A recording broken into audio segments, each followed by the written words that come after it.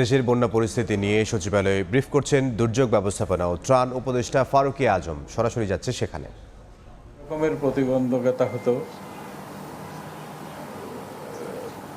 এগুলির নানান পর্যায়ে মাঠ প্রশাসনের সাথে যখন আমি বিভিন্ন জেলায় কথা বলেছি, সেখানে তাদের দৃঢ়তা দেখেছি এবার, এবং তারা কোনো রকমের প্রতিবন্ধকতা ব্যতি রেখে পুনর্বাসন কর্মসূচি বাস্তবায়নে দৃঢ় প্রতিজ্ঞ। আমার সার্বিক বীক্ষণ হলো এটা যে আমরা একটা পরিবর্তিত একটা সময় যেন আমাদের কাছে আসছে, অতি আশাবাদী।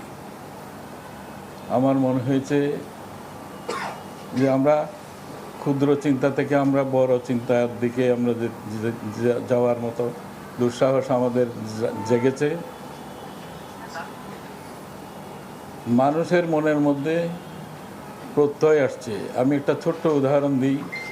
পরশুরামের মতো একটা দুর্যোগ মোকাবেলা করে সবচাইতে দুর্যোগপূর্ণ এলাকা ছিল পরশুরাম ফেনীর।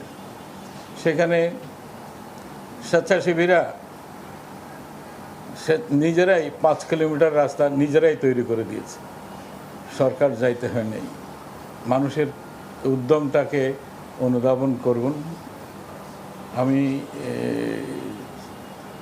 বলছি যে এটা অনন্য এক দৃষ্টান্ত। রাতের অন্ধকারে আমরা লক্ষ্মীপুর থেকে মাইজদি যাচ্ছিলাম। আমি জাস্ট শেয়ার করছি আপনাদেরকে আমার অভিজ্ঞতাগুলো।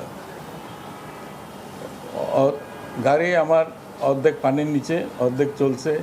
এমত অবস্থায় আমি দেখি একজন বর্ষাতে বৃষ্টি পড়ছিল, একটু রেনকোট পরে আমাদেরকে পথ দেখিয়ে দিচ্ছিলেন।